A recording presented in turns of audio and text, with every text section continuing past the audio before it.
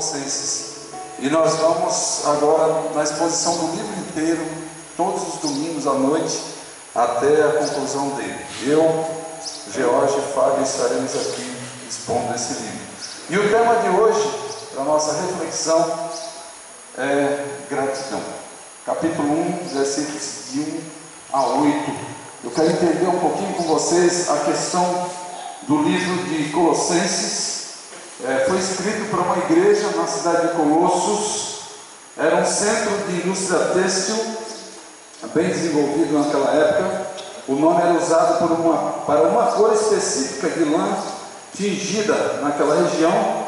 Vem de Colossinus, era o nome dessa lã que era tingida. A cidade ficava no vale do rio Nico, a 160 quilômetros de Éfeso, mais ou menos, onde Paulo esteve por 3 anos pregando o Evangelho. 160 quilômetros daqui, indo para cá, e Botirama, 200 quilômetros. Para cá é Formosa, né? Indo para cá, nessa direção, Ibotirama dá o quê? 200 quilômetros, mais ou menos? 200. Javi, 160. A distância seria mais ou menos daqui no Javi. E vocês imaginem que esses percursos eram feitos a pé, no lombo de um animal, muitas vezes. Imagine quanto tempo para ir de um lugar para outro. O Evangelho entrou na cidade de Colosso, provavelmente através de Epáfras, que agora estava com Paulo na prisão em Roma, em 61 depois de Cristo. A maioria dos crentes de Colossos eram gentios. Quem eram gentios naquela época? Eram os não-judeus. E Epáfras era um desses. Tinha se convertido ao Evangelho e agora estava pastoreando a igreja. O apóstolo Paulo, recebendo a visita de Epáfras na prisão, ele se dispõe a ajudar a igreja. E ele escreve uma carta para essa igreja. Essa carta, você pega às vezes a Bíblia, abre a Colossenses. Às vezes você não sabe para que foi escrito, por que foi escrito. E nós vamos ver, a partir de hoje, muito sobre a carta de Paulo aos Colossos, né, aos Colossenses. Então ele escreve uma carta com o objetivo de mostrar para eles a primazia de Cristo. O que é a primazia de Cristo? Que Cristo deve ter o primeiro lugar nas nossas vidas, que Cristo deveria ter o primeiro lugar na vida das pessoas da igreja de Colossos. E isso não estava acontecendo, e precisava, o entendimento deles era necessário para que todas as áreas da vida deles, em todas as áreas, eles reconhecessem o Senhor, tivessem o Senhor como o principal, o mais importante. Hoje pela manhã na escola bíblica nós estávamos falando muito disso, dessa questão, dessa dependência de Deus, né? E hoje eu já desfrutei em alguns momentos da minha vida dessa dependência de Deus. Ele em primeiro lugar. A hora que o vento estava batendo lá no forro e eu ouvindo aquilo bater, eu gravei, até passei para algumas pessoas, e ouvir aquelas batidas doía até o coração, e eu com a minha esposa ali do meu lado. Senhor, tem misericórdia. Cristo em primeiro lugar, em todo o tempo. Junto com essa carta que Paulo escreveu, ele manda também por Tíquico, né? Tíquico a gente vê falando dele, capítulo 4 vamos falar. Ele manda por ele uma carta para Filemão. Filemão possivelmente era o dono da casa onde a igreja se reunia. E ele, através de Tíquico, ele devolve Onésimo com uma carta também escrita a Filemão. Uma carta para Filemão, apresentando o criado dele, o servo dele, que Paulo encontrou lá em Roma e se converteu através de Paulo. Ok? A nova igreja de Colossos estava vivendo um momento de ameaças à fé pela propagação do gnosticismo. O que é isso, pastor? Gnosticismo.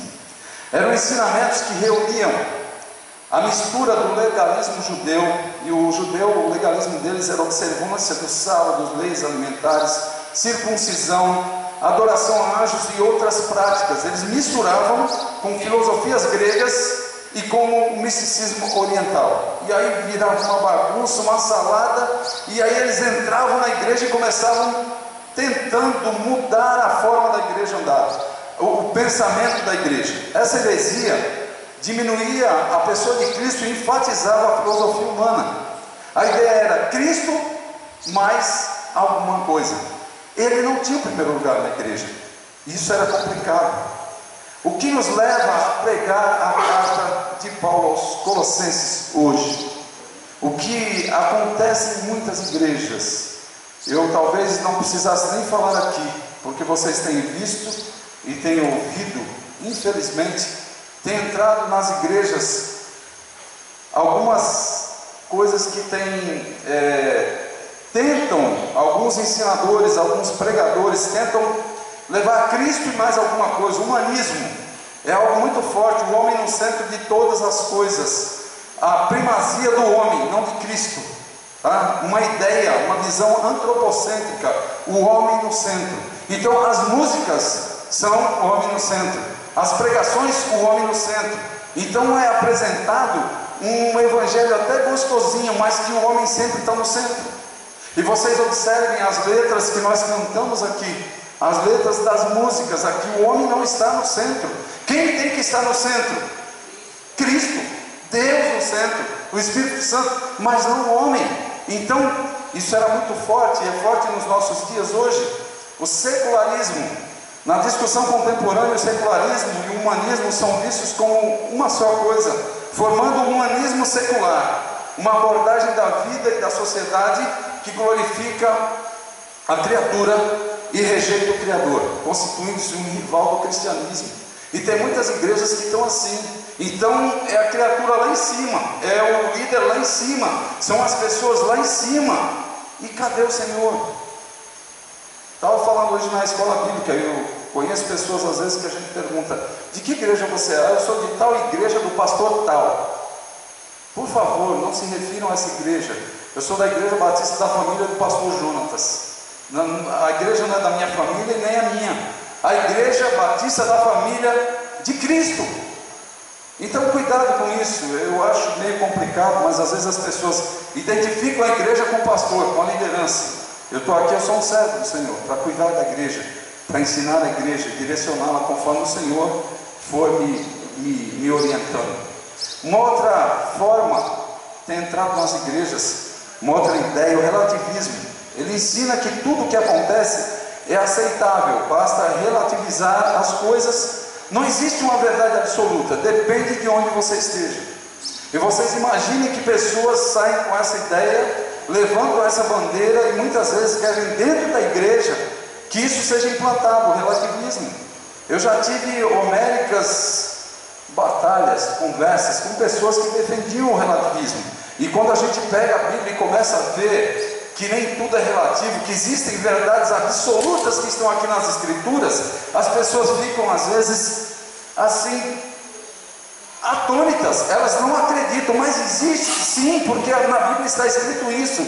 Cristo é a verdade e eu ando pela verdade. Existe verdade absoluta, sim. Um outro ponto forte que rola por aí, teologia da prosperidade.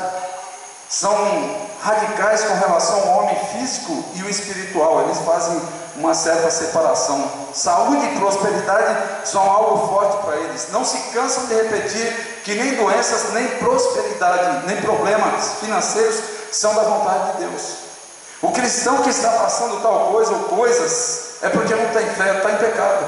Então tudo é jogado em cima das pessoas. Pregadores e ensinadores que vêm falar assim: ah, isso você está pedindo, você não consegue. Confesse o seu pecado. Tem pecado, tem alguma coisa acontecendo. Aí a pessoa ora, pede, a coisa não acontece. Olha, você não tem fé. Então tudo é para ir e nada para cá. Quem está à frente nunca tem responsabilidade, e principalmente diante de Deus, porque ensina errado. A confissão positiva é outra corrente da doutrina da teologia da prosperidade. Garante realização com fé, realizações com fé dos pedidos desejados pelos cristãos, mesmo passando por cima da vontade divina. Afirmam que sempre deve ser o pensamento positivo, nunca se Deus quiser. Isso envolvendo tanto saúde como bens materiais. E as pessoas saem por aí dando ordens para Deus. Na minha oração aqui, eu falei: obrigado, Senhor, porque o Senhor é um Deus soberano, é um Deus que tem tudo no controle das tuas mãos, a quem nós não damos ordem, a quem nós não determinamos nada, porque Tu és Deus, Tu és soberano. Umas 2 semanas atrás eu estava conversando com uma pessoa, e essa pessoa falou firmemente que a esposa dele, de forma alguma, estaria na igreja, ou iria além de onde ela se encontra hoje, porque ela é ela. Eu falei assim: Deus, quem é Deus?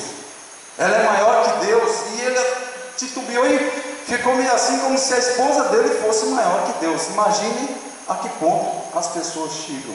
Ninguém é maior que Deus, ninguém. Deus é soberano. O liberalismo também, por último, acontece muito por aí. Igrejas têm entrado por esse caminho de uma forma vergonhosa. É comum nós ouvirmos, até mesmo, entre igrejas sérias, que quanto mais você insiste em uma proibição, pior será, porque, segundo alguns acreditam, a manutenção daquela restrição, daquela proibição, só vai alimentar a transgressão dela.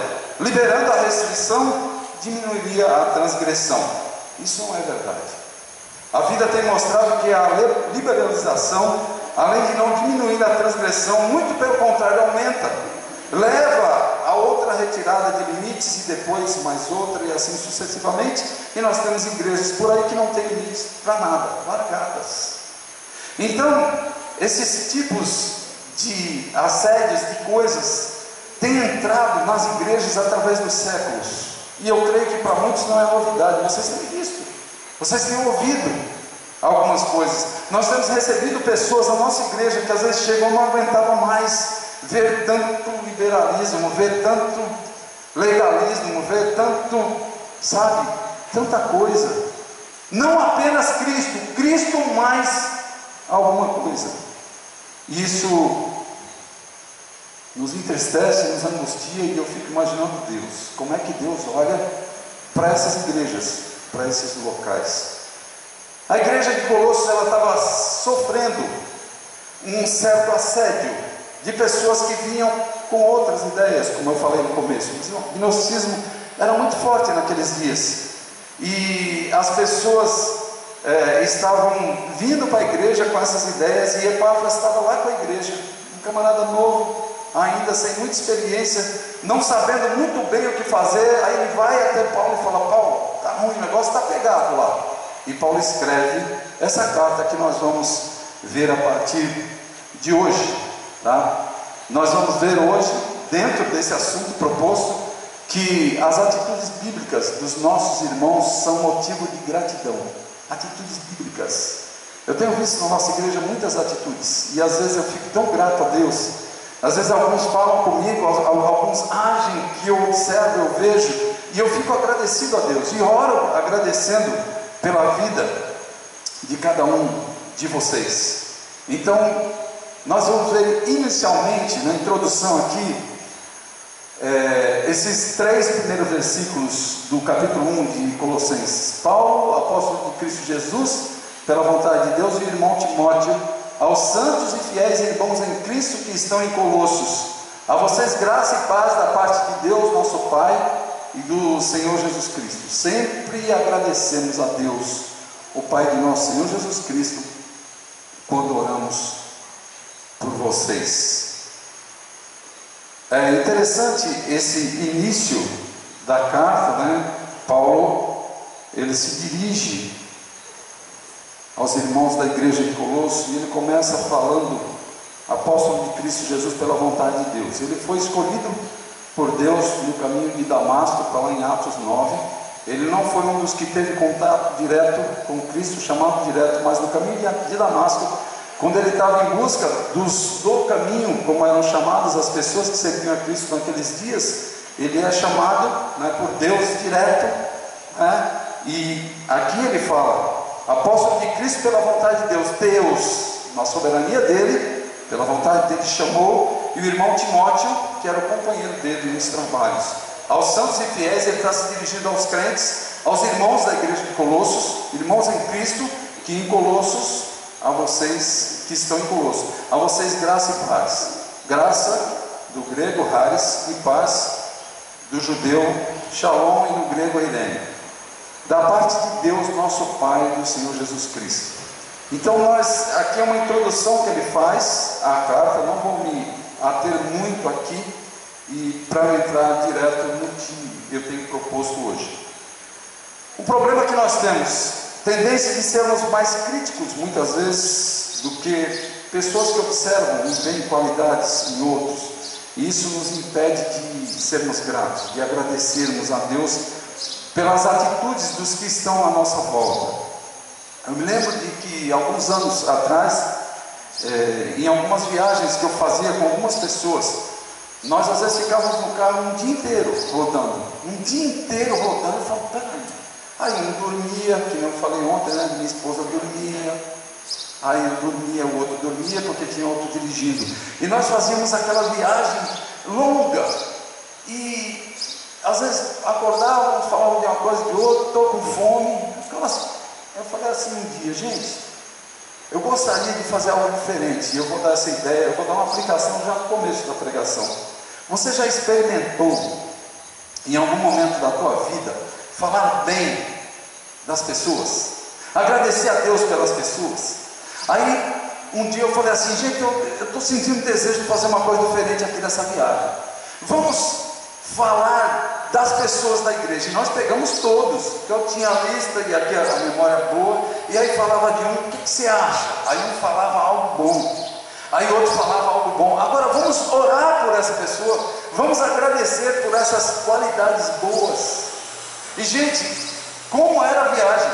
Experimente fazer isso, colocando inicialmente as pessoas da família, falando algo bom, vendo algo bom, agradecendo a Deus. Nós às vezes temos a tendência, os pais às vezes um pouco mais com os filhos, de ver tanta dificuldade, tanto erro, tanta falha, e não conseguimos ver nada de bom nos nossos filhos, e de agradecer a Deus por isso. E nós chegamos na igreja e temos essa mesma situação rolando. Aí nós olhamos um irmão que, aquele lá não fala com ninguém, aquele outro não sei o que, nós não conseguimos tirar nada. Será que olhando para os irmãos aqui você não consegue tirar nada? Paulo, junto com os que estavam com ele na prisão, eles começaram a observar algumas coisas e eles encontraram coisas nos irmãos, e ele agradece, nós vamos ver hoje. Quando conversamos com outras pessoas, não falamos das atitudes bíblicas que essas pessoas têm, essas pessoas que nos cercam, e que são tão boas, e que devem ser enaltecidas. Às vezes falamos, não sei não, né? Eu estou sabendo disso, estou sabendo daquilo, e entramos pelo caminho da maledicência, que Deus reprova, quando poderíamos ganhar tanto, crescer tanto, sermos aprovados por Deus, às vezes perdemos a oportunidade. Quando falamos com Deus, nos esquecemos de agradecer pelo progresso dos nossos irmãos e das atitudes deles. Você pare e pense como tem sido a tua oração. Às vezes é, Senhor, me dá, eu quero, me dá, Senhor. É uma pedilância terrível, é um desespero. Mas falar, Senhor, muito obrigado por aquele irmão querido que está do meu lado, que está caminhando comigo. Eu não sei do que ele precisa, tu sabe, mas socorre ele, atende ele, Senhor. A gente às vezes não faz isso. A partir de hoje, eu quero estudar com vocês o livro de Colossenses, vendo a primazia de Cristo, um dos 4 livros que Paulo escreveu da prisão. E o nosso alvo será mostrar biblicamente que Cristo deve ter o primeiro lugar em nossa igreja, nas nossas vidas. E se não tiver, tem algo errado. Nós precisamos ajustar, irmãos. Tem muita gente que tem outras coisas que são prioridades na vida, menos Cristo. E aí daqui a pouco, quando ele descobre que ter Cristo em primeiro lugar faz toda a diferença, parece que ele descobriu assim o Brasil. Descobriu algo importantíssimo, aí começa a priorizar, quando já poderia estar priorizando há muito tempo. Então vamos caminhar aqui, e eu quero destacar 3 atitudes que levaram Paulo e os que estavam com ele a agradecerem a Deus pela vida dos seus irmãos em Colossos. A primeira atitude é a demonstração de fé em Cristo, está na parte A do versículo 4, né? Ele vem, nós vimos aqui no trecho atrás, né, ele saudando os irmãos, capítulo 1, versículos 1, 2 e 3, e no versículo 3, no 2 ele fala, né, os santos em Cristo tal, Eu acho que eu pulei o versículo 3 aqui nas minhas anotações. Pulei sim. E eu preciso ir a esse versículo 3 para unir aqui. Eu estava mexendo com isso aqui e o telhado lá arrebentando, mas deu tudo certo, graças a Deus. Só o versículo 3 que não entrou aqui. E eu quero... Eu projetei ele aqui. Peraí, gente, deixa eu voltar aqui. Está aqui. Nas minhas anotações que não está. Sempre agradecemos a Deus, o Pai de nosso Senhor Jesus Cristo, quando oramos por vocês. Aí a gente vem aqui na primeira atitude. Quando oramos por vocês, pois temos ouvido falar da fé que vocês têm em Jesus Cristo. Me achei aqui. Desculpem pelo o contratempo aqui. Pela fé que vocês têm em Jesus Cristo. Sempre agradecemos. Era uma prática, era um hábito que eles tinham, agradecer a Deus, o Pai, nosso Senhor Jesus Cristo. E aqui a gente vê ele enfatizando, Senhor Jesus Cristo, o Pai, enfatizando a divindade de Jesus, Filho de Deus. Nós sempre agradecemos quando oramos, pois temos ouvido falar da fé que vocês têm em Cristo Jesus.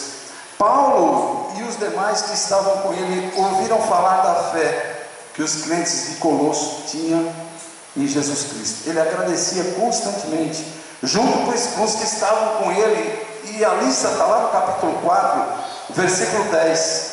Timóteo, Onésimo, Aristarco, Marcos, Jesus chamado Justo, Epáfras, que era o pastor da igreja de Colosso, Lucas e Demas estavam com ele. Esse agradecimento era feito a Deus quando eles oravam pelos colossenses. A salvação deles veio da parte de Deus, veio de graça, e eles eram gratos pelo que ouviam falar dos irmãos de Colosso. A fé que eles tinham era somente em Cristo Jesus, não era em qualquer um, não era em Cristo mais filosofias, Cristo mais as religiões vazias da época, não. Cristo tinha o primeiro lugar na vida deles. Nada poderia batê-los, pois estavam firmados em Cristo. Isso é algo, meus queridos irmãos, muito importante. Se uma igreja ela não está firmada em Cristo, é triste o fim dela, é triste a caminhada dela. Ela pode até fazer shows, fazer uma série de coisas, as pessoas virão, mas não ficarão, porque não estão firmadas em Cristo. Paulo e os demais ouviram falar da fé dos colossenses através de Epáfras e talvez de Onésimo. O que temos falado a outros da fé dos nossos irmãos? Isso aqui fica uma implicação aqui interessante. O que temos falado da fé da nossa igreja? Eu já tive infelicidade de pastorear uma pessoa muitos anos atrás que saía falando mal da igreja. Eu me sentia tão mal, tão triste. Falava, poxa, a gente vem aqui, a gente ensina a palavra, cuida da igreja, a pessoa sai falando mal da própria igreja. Era como se saísse falando mal da própria casa onde mora. Comida aqui é ruim aqui em casa, comida não presta, a mãe não sabe como cozinhar, o pai não traz comida boa. Era um negócio meio assim, meio louco. E eu ficava muito triste. E eu pergunto hoje, o que você tem falado? A fé deles estava em Cristo e nada poderia abalar esses irmãos. A nossa fé tem sido em Cristo, meus queridos. Ela tem sido suficiente para nós. Eu creio que sim, eu vivo aqui com vocês, caminho com vocês, e essa fé que eu tenho em Cristo, eu procuro passar para vocês, e eu me sinto fortalecido, eu me sinto suprido por essa fé. Muitas igrejas hoje são conhecidas pela fé em milagres, em prosperidade, em ter isso ou aquilo, e levam muitas vezes a igreja ao utilitarismo. Deus à minha disposição. Então são igrejas com um Deus que está disponível para cuidar. Hoje o que ele vai fazer, Senhor? É para quê? Aí o Deus, né, Deusinho desce e atende e fica à disposição, e as pessoas dão ordens e fazem tantas coisas. Que Deus é esse? Como crer num Deus assim? Algumas aplicações. Assim como os crentes de Colosso, a nossa fé deve estar firmada em Cristo, não no pastor, não no louvor, não no irmão fulano e irmão ciclano, em Cristo. A ideia de fé é saber que algo é verdadeiro e crer nisso. E a Bíblia fala que a fé é o firme fundamento das coisas que se esperam mas não se vê. Nós esperamos, não estamos vendo, mas cremos e esperamos assim. Cristo é verdadeiro, nada pode nos abater, nós cremos nele. A nossa fé está firmada nele, no seu sacrifício na cruz, em nosso lugar. O sacrifício na cruz, o sacrifício de Cristo deve nos dar segurança, tranquilidade para caminharmos, para andarmos de cabeça erguida. Individualmente, o nosso testemunho é muito importante, mas nos tornamos mais fortes como igreja quando falamos da fé que vemos em nossos irmãos. Você tem falado da fé que você vê no irmão aqui, em outro irmão? Eu tenho feito isso e eu tenho visto como é importante, sabe por quê? Às vezes eu converso com um de vocês e falo da fé que eu tenho visto no outro, e eu vejo que isso encoraja, o outro se anima. Eu imagino Paulo ouvindo falar da fé dos irmãos de Colosso, ele preso, pois essa quantidade de outros irmãos aqui, como eles se sentiam encorajados. Eles não estavam, Paulo especificamente não estava preso porque roubou, porque matou, não, ele estava preso pela causa de Cristo. Aí ele ouve falar que uma igreja está andando e está firme na fé, e está forte, e ele se sente encorajado.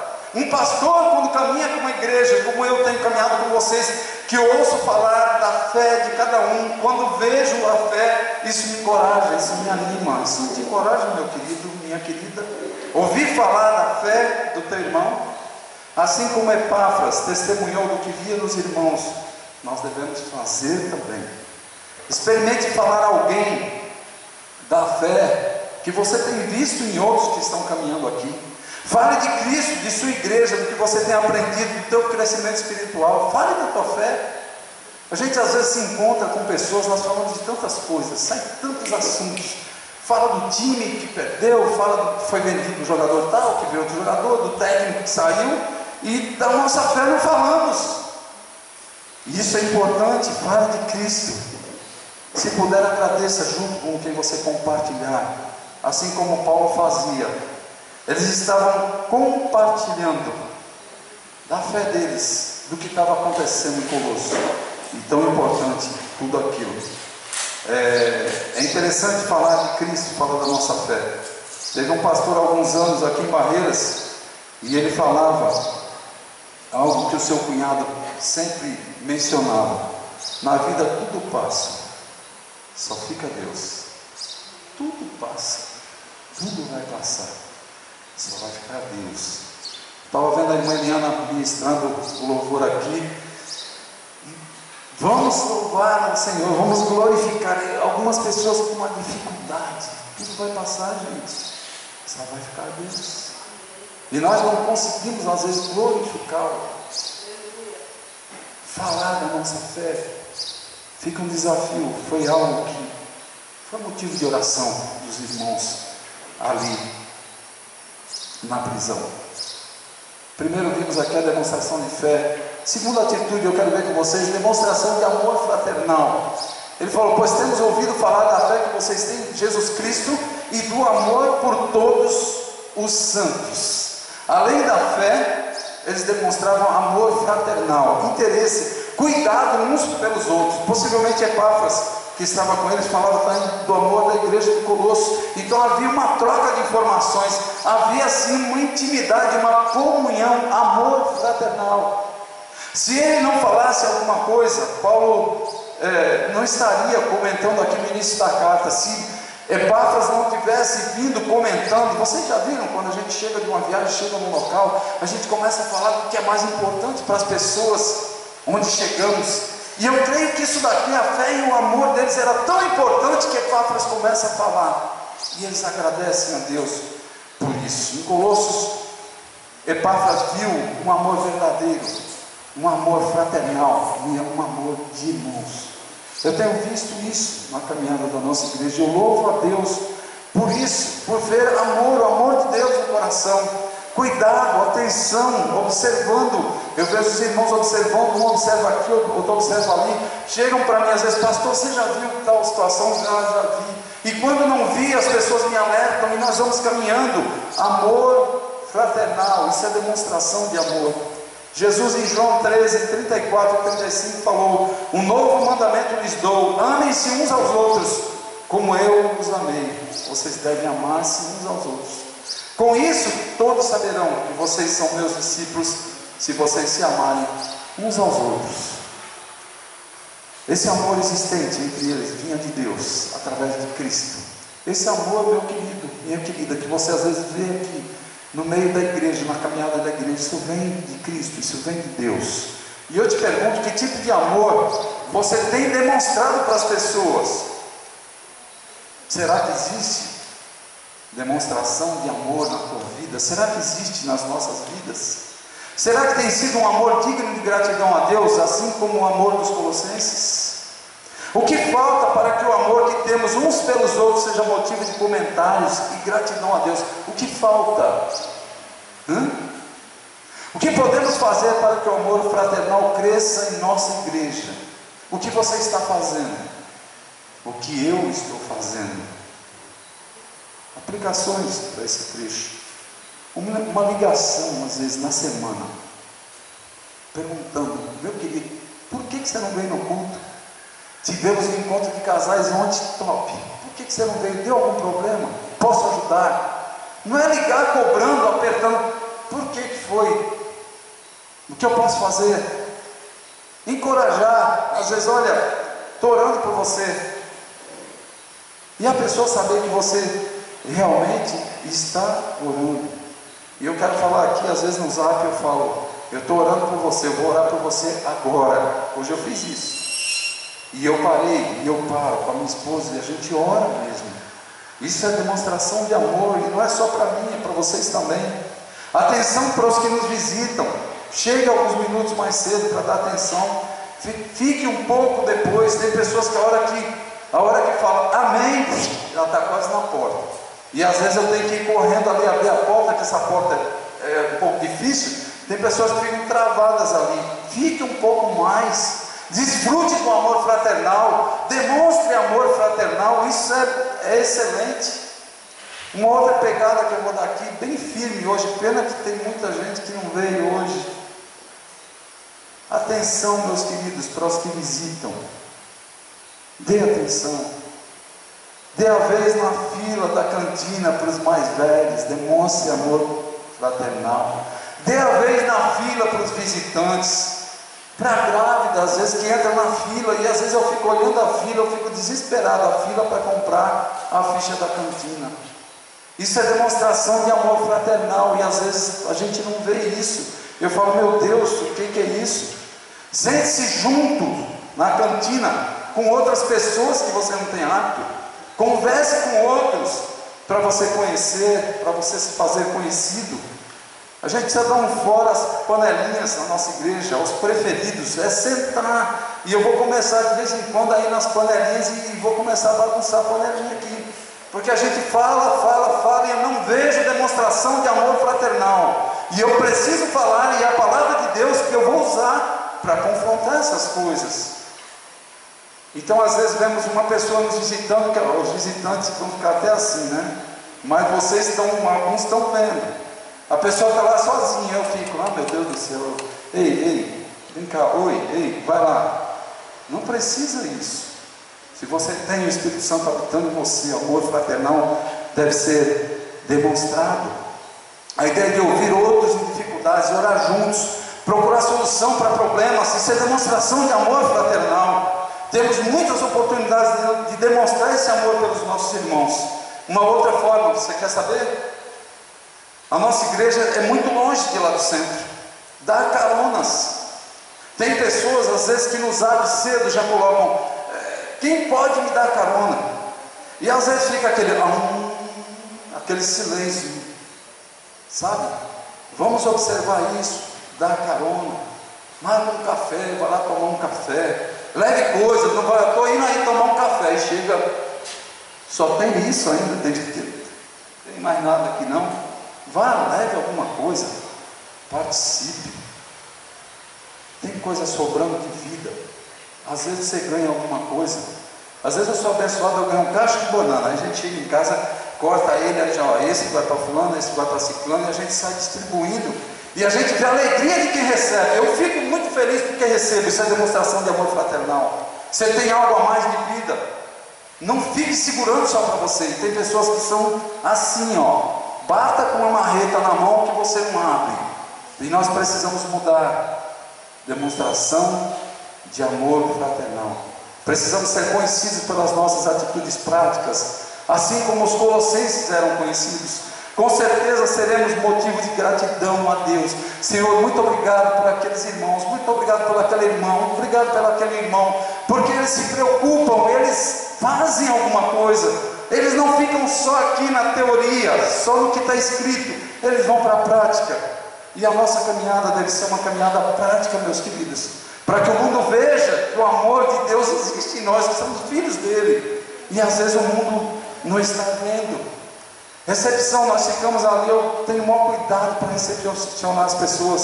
Desculpe, minha esposa às vezes está aqui no louvor, não dá para estar ali, mas demonstração de amor.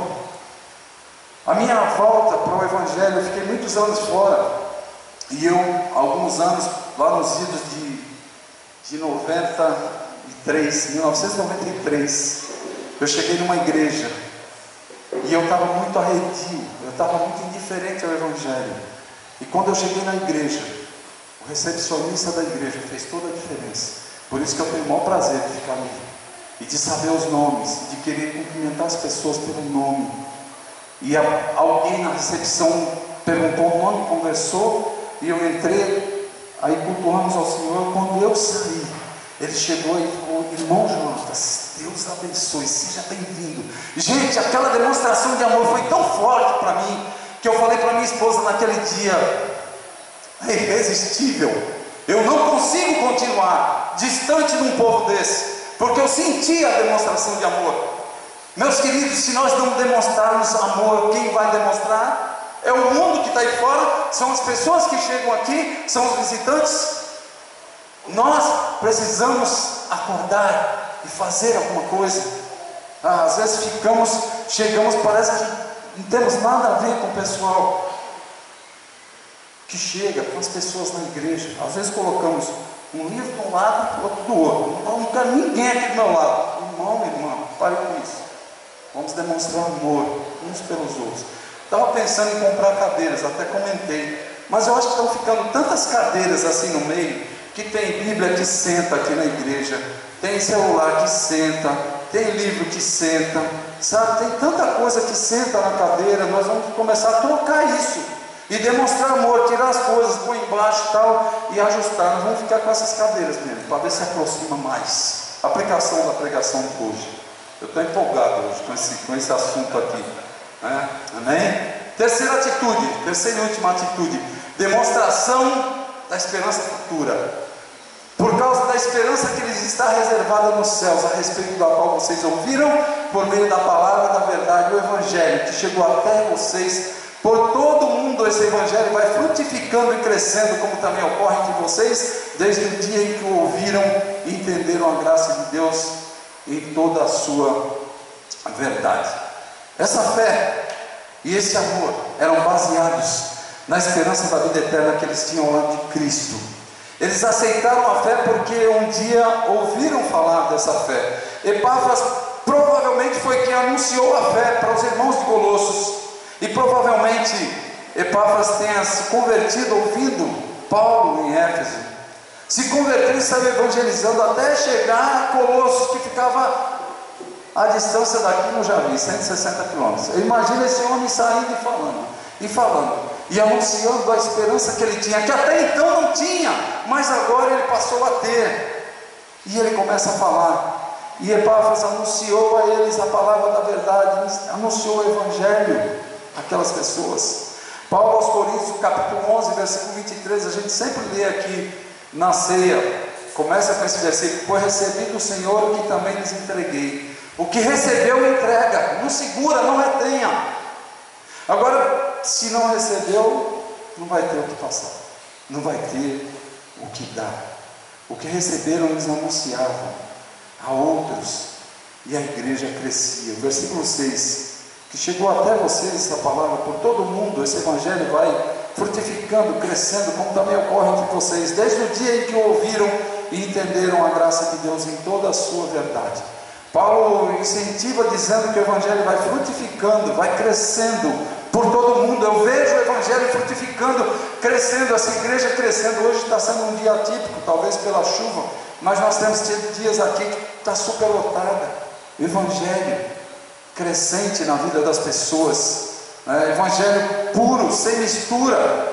Esse é o segredo do crescimento. Esse é o segredo do crescimento hoje. Eles eram alvos de investidas de falsos ensinos, mas um dia ouviram e entenderam a graça de Deus. Meu querido, minha querida, você tem ouvido a graça de Deus, o evangelho que transforma, que salva. E esse evangelho que nós pregamos, que nós anunciamos aqui. E eu pergunto para você, a quem você tem anunciado a tua fé? Para quem você tem falado? Às vezes reclamamos tanto, eu falei hoje na escola bíblica, sabe, as questões de reclamações. Eu tomei uma piaba aqui, faz 15 dias, o Jorge veio pregar aqui, o Jorge, pau, mas dava assim, chegou, sabe aquelas envergadas? Reclamação. Às vezes reclamamos tanto e não falamos da nossa fé, que é o mais importante, da nossa esperança futura, e as pessoas estão aí caminhando sem esperança, e nós estamos só olhando para o nosso umbigo. É um evangelho egocêntrico, humanista, só estou pensando em mim. Nós precisamos pensar nos demais. Se o evangelho me alcançou, o meu objetivo é alcançar outras pessoas, falar desse evangelho. Epáfras ouviu, não se calou, saiu evangelizando, e agora tinha a igreja de Colossos sobre a sua responsabilidade. A quem você tem anunciado? Quem tem olhado para você e falado, puxa, graças a Deus, Deus usou a sua vida? Quem tem falado isso? O evangelho foi levado a Éfeso, e de Éfeso para Colossos, agora para cuidar dos convertidos. Epáfras vai até Roma, bem mais distante, compartilhar com Paulo os demais. Ele tinha um interesse, não era por si próprio, só pensando em si. Ele se preocupava com os outros. A esperança que nós temos de uma vida eterna com Cristo deve nos levar a anunciar a outras pessoas. Chegaremos diante de Deus e vamos prestar conta pelo que fizermos e pelo que deixamos de fazer. A palavra de Deus é a verdade que temos, e o evangelho é a boa nova que nós devemos anunciar. E aí pergunto para vocês, a nossa igreja tem o compromisso de anunciar um evangelho puro, sem mistura. Você tem ouvido aqui, você tem falado para alguém? Não é responsabilidade só de quem prega aqui aos domingos, é para todos os dias. Se anunciarmos, nós frutificaremos, nós cresceremos. Somos privilegiados porque ouvimos e cremos. Não devemos nos calar. O evangelho tem que ser estilo de vida, falando em todo o tempo para as pessoas, com alegria, com prazer, porque essa é a nossa esperança futura. E se eu tenho uma esperança, se tem algo que é sério, que é verdadeiro para mim, eu falo com alegria, com prazer. E as pessoas serão atraídas por essa alegria, por esse prazer, por esse contentamento que muitas vezes falta no nosso meio. Eu preciso ver a minha situação, o meu problema, só aqui no meu caracol, no meu mundinho. Quando outros precisam, eu me retenho, eu me envolvo, eu me fecho. Não me envolvo, eu deixo de me envolver, eu me fecho. E não é por aí. Como outros terão e conhecerão as boas novas da salvação, se eu não falar, se eu ficar calado. Temos essa esperança futura, conquistada por Cristo na cruz, e nós precisamos anunciar. É uma boa nova que com certeza mudará a vida de muitas pessoas. Não tem mudado a tua? Por que ficar só para você? O que compete a nós é anunciar. O Espírito Santo levará cada um a tomar uma posição, porque é Ele que convence o homem do pecado, da justiça e do juízo. Nossa função é falar. A grande comissão, Mateus 28, 19 e 20, ide por todo mundo, pregar o evangelho a toda criatura. Leve o evangelho, fale o evangelho. Eu vou ler o texto para eu não dar uma furada aqui e vocês começarem a está falando abobrinha. Não estou falando. Mateus capítulo 28, eu vou ler o texto da forma que está. Portanto, vão e façam discípulos de todas as nações, batizando-os em nome do Pai, do Filho e do Espírito Santo, ensinando-os a obedecer a tudo o que eu lhes ordenei, e eu estarei sempre com vocês até o fim dos tempos. A ênfase aqui, na ordem, é fazer discípulos. Você tem feito discípulos? Nós trazemos a pessoa para caminhar com a gente e falamos do Evangelho, e daqui a pouco ela toma uma posição de aceitar Cristo, servir ao Senhor todos os dias da vida dela. Precisamos fazer algo, não é de braços cruzados, não é indiferente que nós vamos conseguir alguma coisa. Então, a terceira atitude dos irmãos da igreja de Colossos era a demonstração de esperança futura. E por último, concluindo aqui, com quem eles aprenderam o Evangelho? Com quem? Quem foi que ensinou para eles? Vocês o aprenderam de Epáfras, nosso amado cooperador, fiel ministro de Cristo para conosco, que também nos falou do amor que vocês têm no Espírito. Esses são os versículos finais que nós vamos refletir sobre eles para fechar esse primeiro sermão. Paulo deixa claro que foi de Epáfras que eles aprenderam. Ele era o pastor da igreja de Colossos, viu que a igreja estava vivendo o assédio dos falsos mestres e buscou conselhos do apóstolo Paulo. Epáfras era um cooperador de Paulo, fiel ministro de Cristo. Paulo reconhece as credenciais de Epáfras. Além de cooperador, ele era um fiel ministro, era uma pessoa de confiança, que estava levando o Evangelho. Nós temos aqui quantas pessoas que são de confiança, que são considerados por mim fiéis ministros, sabe, do Evangelho, que podem falar, e por que não falam? E eu vou falar muito disso daqui para frente, nós vamos falar, porque não adianta nós termos uma igreja que a gente anda de acordo com as Escrituras, com o que a Bíblia ensina, a gente tem muito cuidado, mas nós não falamos para ninguém. É uma igreja para ficar aqui fechadinha, guardadinha, só para nós. Não, precisamos falar para outros. Versículo 8, que também nos falou do amor que vocês têm no Espírito. Paulo fala no versículo 4, que tinha ouvido falar da fé e do amor para com todos os santos. Agora ele deixa claro que Epáfras foi o autor dos comentários sobre o amor que a igreja de Colossos demonstrava. Não era um amor qualquer, era um amor no Espírito, era diferente, e isso fazia toda a diferença na caminhada deles. Quem anunciou a você a boa nova da salvação? Você lembra quem foi que falou? Talvez a primeira vez, talvez as primeiras vezes. Foi a Noemi, né? Beleza, César? Aí você está certo. Quem foi que falou? Pense aí. Com quem você tem aprendido? De quem você tem aprendido? Essa é a fonte? Se essa for a fonte, amém. Você será relacionado como alguém que anuncia Cristo? Será que alguém um dia vai falar, tal pessoa passou por aqui, ela anunciava Cristo, ela falava de Cristo, ela não falava dela mesma, ela falava de Cristo? Será que um dia falarão isso de você?